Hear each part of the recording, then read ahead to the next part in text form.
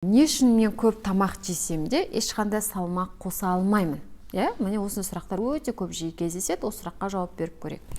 Оның түрлі себептері бар. Біріншіден, сізде кәдімгідей гендік тұрғыда да генетикаңыз бойынша солай болуы мүмкін. Өйткені сіздің анаңызда, немесе әкеңізде, немесе өзіңіздің әпкеңіз, бауырыңызда сондай жағдай болуы мүмкін. Бірінші бізде генге байланысты.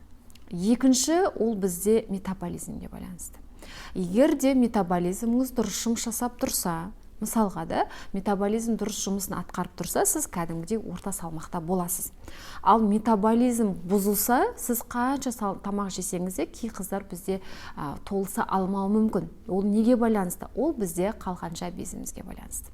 Қалқанша безі біздің жалпы зат алмасуға, метаболизмге бірден бір рөл атқаратын бездердің бірі.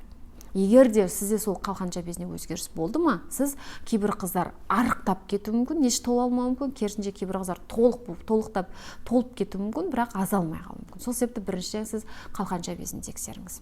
Екіншіден, егер де сіздің ағзаңызда қандай да бір аскаридалар, немесе құрттар да, оны сіз байқамайсыз, оны сіз білмейсіз, ол ешқандай белгі бермеуі мүмкін, бірақ сізде сондай аскаридалар немесе құрттар болуы мүмкін. Сол себепті оған өзіңіздің нәжісіңізді тексертіп көрсеңіз болады. Қанды толықтай біз развернуты дейміз, соның ішіндегі барлық лимфоциттерді, ретикулоциттерді толық эозинофил дейміз, базофил дейміз, соның барлығын развернуты прям толық түрде тексеру керек, қан талдау анализін. Сонымен қатар біз не істеуіміз керек? Гастроэнтерологқа көрінуіміз керек. Гастроэнтерологқа тексеру арқылы сізде қандай да бір асқазан ішек жолдарында, немесе бауырыңызда, немесе өт жолдарында қандай да бір кінәрат болуы мүмкін. Соның нәтижесінде де сізде зат алмасу процесі бұзылып, жеген тамағыңыз тез қорытылып, әрі қарай ағзаңызға витамин ретінде бармауы мүмкін. Сол себепті сіз біріншіден қалқанша безін тексересіз, екіншіден құрттарға тексересіз, үшіншіден гастроэнтеролог маманына тексерілесіз.